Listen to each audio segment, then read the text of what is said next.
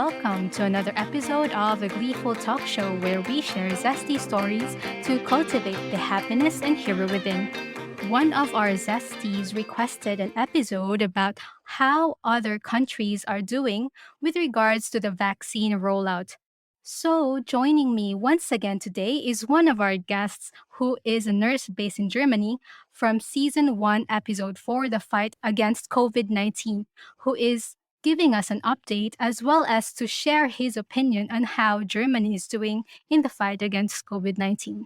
Please welcome Christian Abella. Hi, Christian. Welcome again to the show. Hello, Glee. Thanks for that warm, welcoming statement. Thank you for coming in again on the show. I thought about you because one of our Zesties asked this question. How is the vaccination rollout now doing in Germany? So far, based on Friday, we now have like 62.1% like fully vaccinated, and they are starting to give the third dose or the booster doses to elderly as well. Oh, booster doses, like a third dose. Yes, the third dose, it depends on you if you want to take it. You can take it after 6 months from the last dose, but I would prefer to go to your doctor first and have your take blood tests for antibodies. Maybe you don't need it. Oh, that's interesting because here in Australia, we're still talking about the second dose, and even people are still at their first dose. So we have very low vaccination rate here currently because of the supply and stuff. So how is it over there? Okay, this is a good perspective. I think it's just also the impact of the pandemic on the different countries. Because I think Australia, we don't have a lot of cases. I think it's just right now that's really booming. In Germany, we had experienced third waves and something like that. And so they're implementing the vaccination really rapidly. And then they are promoting vaccination. For example, we have the trains. There's one train who will vaccinate people. Like in this train, you can get in and have yourself vaccinated. It's really convenient. They made it convenient for people, accessible for people to be vaccinated. But it is not forced. You're not forced to be vaccinated, but they made it more convenient. Oh, so that's pretty good because here we just started doing the vaccination outside the hospitals, but not to the point that in the train stations yet. Oh, yeah. Yeah, that's very interesting. And so what are the type of vaccines currently available over there? I forgot to mention that I think one major factor, that's why we have a lot of percentage of vaccinated people is much higher, is because one of the vaccines are produced in Germany, like the BioNTech Pfizer is produced in Germany. We are source of the vaccine. And now we have 4 major vaccines in Germany. Germany is quite choosy when it comes to the vaccines. They don't allow people just to come here if the vaccines are not accredited or something like that. Or they don't recognize every vaccine being introduced in our world right now. So we have 4 major vaccines. Number 1 is the one which came from Germany. That's BioNTech, Pfizer. We have Johnson & Johnson's, Moderna vaccines, and AstraZeneca. And just like I said, AstraZeneca is only given for people older than 60 years old. Oh, okay. Yeah, here as well. So that's one of the reasons for Australia to have very low vaccination rates because of the supply, because there was a contract between AstraZeneca and Australia before. They are the major supplier, but because of that blood clot effect, then people do not want to get it. And so now they're also being choosy. I can understand that people are also very afraid on what the impact on their health is. And the Pfizer vaccine was just the minor vaccine before, but now the government is trying to procure more. And now I think Moderna is coming over as well. Let's say around maybe 3 vaccines here. Yeah, we don't have Johnson & Johnson's here. Speaking of being choosy about the vaccinations, are there people who do not want vaccines over there? Yes, there are definitely. Some people don't want vaccines. They are active against vaccination because they think it's really political, it's dictatorship. They think that it's not real. And somehow I also have a close friend of mine. She's really smart, really intelligent, but somehow she came out to be anti-vax. I don't know. I think she has her own perspectives. She also showed some data about it. but I have not read them, like not thoroughly. It's like we can strengthen our own immune system naturally without the vaccine. That was her point, I think. And then because it's part of nature that we are introduced this virus and then our body will somehow produce immunity or will be stronger, like we'll be not really immune, but somehow increase the defense mechanism of the body so that we'll not be really, really sick. So somehow it is, I can say some points are true, but some points I do not agree. But some people are really, really against the vaccine. Like they say, oh, vaccines, there's one way to control us. They're not really necessary and things like that. Yeah. Yeah, there are those organic people. They want organic and Yeah. stuff Yeah. and natural. Especially here in Berlin. Like Berlin is really multicultural. It's diverse. And then people are really open-minded. You can do everything you want here. Like they're free to express yourself and people are doing that. I don't want to do that. Why should I do that? Like, you know what I mean? Like they are not really forced to be vaccinated, but somehow they feel that they are forced to be vaccinated. And I understand why and how because of these regulations. In Germany, we have these rules, the 2G, 3G rule. 2G and 3G rules. It's like in German, like when you say 3G in German, I will say it's like geimpft, that's the vaccinated, genessene, the recovered ones, and getested. Those are the people who got the test, like 3G.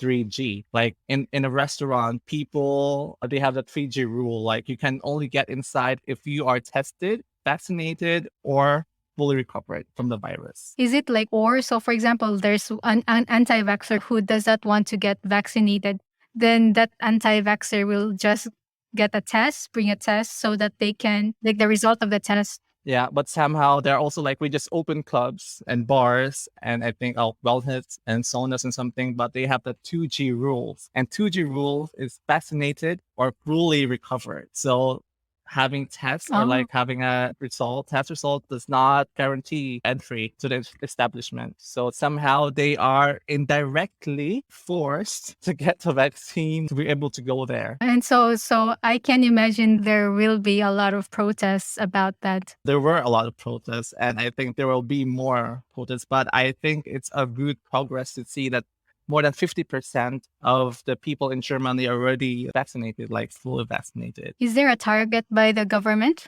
Yeah, it is a target by the government. And the ones who are not fully vaccinated, like are the age range from I think teenagers to 30, like early 20s. And they are the ones who are really sick right now. I see there's still patients in the ICUs and they are younger ones, 20s. Yeah. But they just usually stay overnight. And if I may ask, with your friend, the smart one who is an anti-vaxxer, so how is the communication between the two of you? Is it like something you just avoid now talking about this? Yeah, actually, yes. I consider myself really open-minded. Everyone is entitled to their own opinion. I am open to her opinions, but it doesn't really need to influence my own opinion. So we can talk about this stuff. I know like I have my own values and opinions, like I said. So it doesn't really affect the relationship somehow. Like I just say, okay, if what's what you say, I don't really shut it down directly. I will try to understand why she sees it that way, like her perspective, why.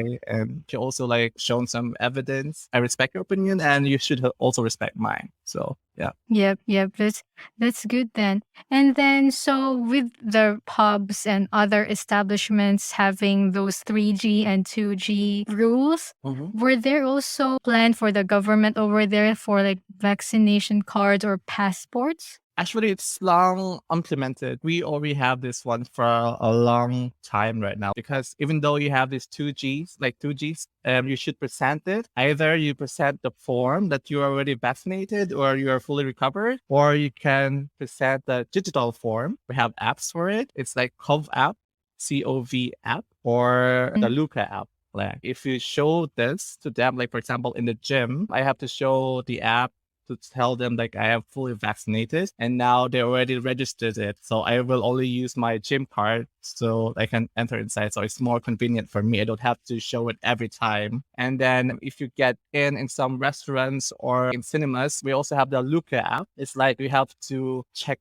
in that not establishment, and then you have to check out as well after that. So there's still a lot of process. That doesn't mean that you are vaccinated and you are already recovered, that you can easily get in. You have to do this and that. And there are also some rules. For example, in the gym, if you're not using the weights or the treadmill, you should put your mask on. The Luca app, is it kind of like your contact tracing app as well? Actually, yes. And I think we have two of it, like the Warren app. I think I forgot I had that one before. But the ones Look app, it's really active in restaurants and cinemas. But it's also the tracing. Your information will be saved there for I think 28 days, and then it will be deleted because if the health department wants to know where you were, then they can easily trace it if you were positive. Is there like issue about privacy? People are like, oh, we don't have privacy anymore. Is there also like concerns? Yeah, there are a lot of major concerns about this. So they don't use it, they don't do that. But if the establishment says you have to do it, then you have to do it. So you should go anywhere else if you want to. But there are also like, it's not really limited because they can also eat outside. They don't have to register anything. They don't have to use the Luca app, so it's free. So, but if you want to get inside the restaurant, then you have to do it. Is there also still some restrictions like you have to be 1 meter apart or like 1 person per 2 square meters and stuff like that? No, not really. When I walk around in restaurants, like weekends, no. No, like they're really close to each other, and then no mask at all. Like they don't really strictly follow the rule here. And how are the cases? Are there a lot of cases currently? Currently, we have 80+% are tested positive, but because we have the red, the yellow, and the green lights, we're now on the yellow lights, where like the determining factor is the number of people being hospitalized because of the virus, not the number of positive. So the determining factor is just the people who are hospitalized. Yes, yeah. Like the percentage of people being hospitalized, not like before. Yeah, here in Australia, it's the cases, still the cases, the number of people who got positive. So currently in Germany, that is not the metric anymore. So it's more on the people who got hospitalized. Yes. And how is the travel? The travel is quite easier for us. If you want to get in Germany, you have to have the proper vaccine. And if you are already vaccinated and the vaccine is recognized, you don't have to be in quarantine. But if you come from a certain type of countries with different variants, then you should be in quarantine, home quarantine, not like in the Philippines that you should go to a hotel or something. Here in Australia, it's hotel quarantine as well. Yeah. And you have to pay for it. Oh, wow. It's really expensive. Here, no, you have to be like home quarantine, and then if you don't have if you're not vaccinated, it's not necessary to be in quarantine if you're vaccinated. But if you are not vaccinated, normally you go 10 days quarantine if you came from a high-risk country, and then if you came from a variant like they have Delta and something, then 14 days. But the requirement is before you travel to Germany, you have to have a PCR test 3 days before your flight. 3 days before the flight. Yes. And how about if that person has the vaccine but not the approved vaccine in Germany? Then you're considered not vaccinated. Yeah, that is unfortunately that is also the case of my parents because they got vaccinated in the Philippines and they got Sinovac, and Sinovac is not recognized here in Germany. And so with regards to the cards, like you mentioned already, but how about the passport? Was there a plan for your vaccination details to be in your passport? No, not really. We can use this app if you want to travel. They have one app for EU countries, and you can use it if you are traveling. But you should also bring your COVID documents with you, like vaccination documents with you. Yeah, like your COVID, like vaccination passport. We have like that, like a document for all your vaccination. Yeah. So it's like separate from your travel passport. Yeah, it's separate. And then this like vaccination passport has been there for a long time ago. It's like for EU countries. So it will be like considered if you bring that one. And How is the overall vibe or opinion of the general public over there with regards to the COVID-19, the situation, or even like the vaccination? Actually, Or is it it's mixed opinion? Actually, it's really quite mild right now. Like, I don't really see people, a lot of people protesting anymore, unlike before, because I think now, like, it's a bit loosened up. They can enjoy more. We don't have a lot of restrictions. We do still have restrictions, but it's more like you can enjoy more. A lot of establishments are open right now. So, if you can remember, when was the last lockdown over there? I think that was April or May. Like, it really depends on how, Oh, like the percentage. of Yeah. the hospitalized Yeah, people. I think it was like beginning of summer, beginning of the warm season, because the incidence rate decreased lower than 10. We had like an incidence rate of like 7. I don't know. Like, it was really wow. I think it depends on the season as well. Yeah. Because currently here in Australia, as of this recording, so Sydney is still on lockdown, and Mhm. they've been on lockdown since last week of June. Yeah. And stories are saying that maybe they will be still in lockdown in October, best case scenario, because their metric for the lockdown is cases. Yeah, yeah. I already have this in mind before. I had thought about it, like what's gonna happen to countries if, like, for example, like New Zealand, they don't have a lot of cases, and then when they start, like, when the cases boom, like the other countries already went through it. You know what I mean? Like, they are like the late boomers. I think they're gonna implement what we already implemented long, long before. I think that's the disadvantage of if you don't have any cases, not a lot of cases. But I think if you are late boomers, then you have to implement things that we already went through. Yes, Zesties, Christian was exactly right. So I had this recording some time ago before I started season 3, and now it's December, and a lot of what Christian mentioned few months ago that were implemented in Germany has just been introduced in Australia. So as of now, Queensland is at 85% fully vaccinated, and we have a total of 608 cases. That's why we have this new mask mandates as well because of the Omicron variant, etc. And borders are now open as well. And the booster shot has also just been introduced. And in terms of going to restaurants and pubs in Queensland, you need to show a green tick on your Queensland app to show that you are vaccinated. So it's linked to your Medicare account or your vaccination pass. It's also quite different in New South Wales and Victoria states as well. Pretty much each state in Australia is different, which is a bit disheartening because it feels divided. And also, there was a big protest last Saturday around my area, which was good because I wasn't here in my area at that point in time. It was such a massive protest. So it's very interesting how other countries, especially Western countries like Germany, tackle this pandemic. Hopefully, we'll not be able to experience another pandemic. But it is also something that we can write in history. We can tell our grandchildren that we experienced such pandemic during our time. Yeah, we survived the pandemic. Hopefully, Yeah. we will survive. Yes. Yes. Yeah. All right. Thank you so much, Christian, for your insights and sharing your opinion. And I'm very grateful for giving us a chance here in Australia to know about how Germany is doing. Oh, you're welcome. It's my pleasure. Thank you for the opportunity. So, how about you, Zesties? I hope you're all cozy and safe during this Christmas season.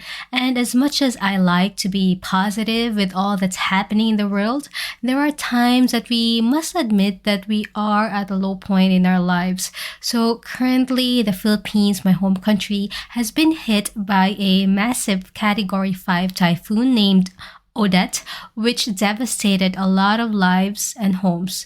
So I ask for your kind prayers and thoughts for our families and fellow men in the Philippines. Nonetheless, I like Christian's positivity, and I'd like to leave you in a positive note on this episode as well with this quote. Remember the time you thought you could never survive? Well, you did, and you can do it again. Please don't forget to rate and subscribe to this podcast wherever you get your podcasts. You can now rate on Spotify as well. Follow us on Instagram, that's at Gleeful Talkshow, or visit our website at www.gleefultalkshow.com. Share us your insights about surviving the pandemic and the storm during this Christmas season at our Instagram account, and I might pick one story to share in the next episode. If Netflix binge watching is your jam, please do check out Nerdy Fans Podcast. And if you enjoy listening to this show and want to keep me caffeinated, please head down to the episode notes to find out how. Have a merry, safe, and peaceful Christmas, Zesties.